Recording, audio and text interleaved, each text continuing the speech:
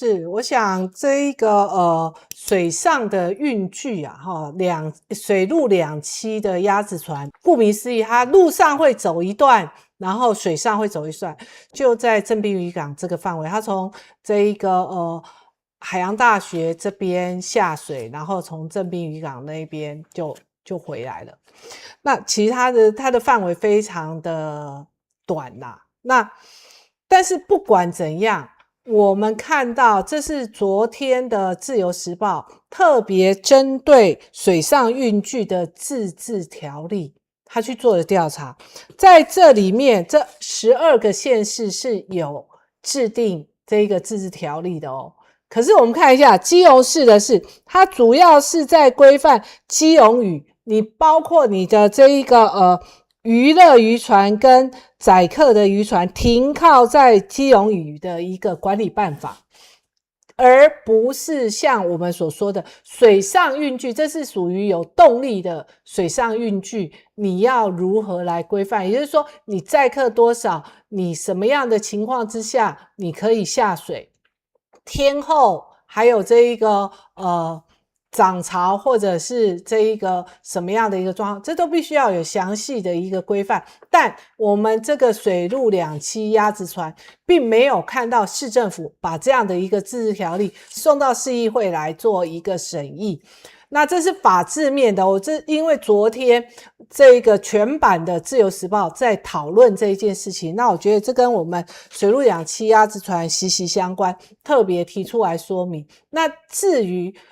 这样的一个政策，我们从头到尾一直在提醒市政府。我们看到现在在立法院军购特别条例，我们这个是一个法律案，法律案送到立法院之后三读通过，你还要根据这一个法律案去编预算，再送一个预算案进来。而整个水陆两栖运具它的做法是完全倒过来，预算先行，好吧？那我们民进党团在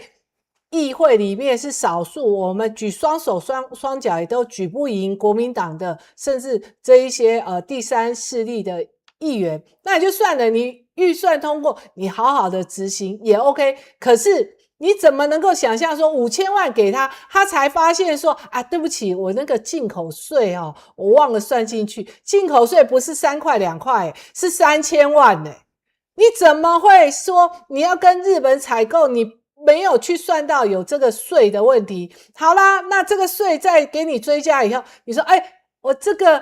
买来以后才发现要下水呢，要把那一个环境改善，你怎么会都没有想到？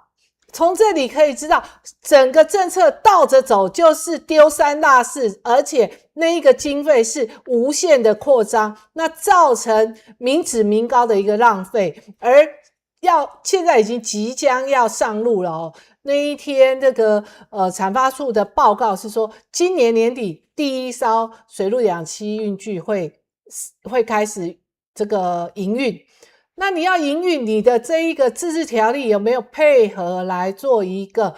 这一个订定？也没有。那万一发生意外，你就完全只靠保险吗？责任的归属都不用事先把它厘清吗？所以我觉得这个真的就是急救章最典型的一个例子。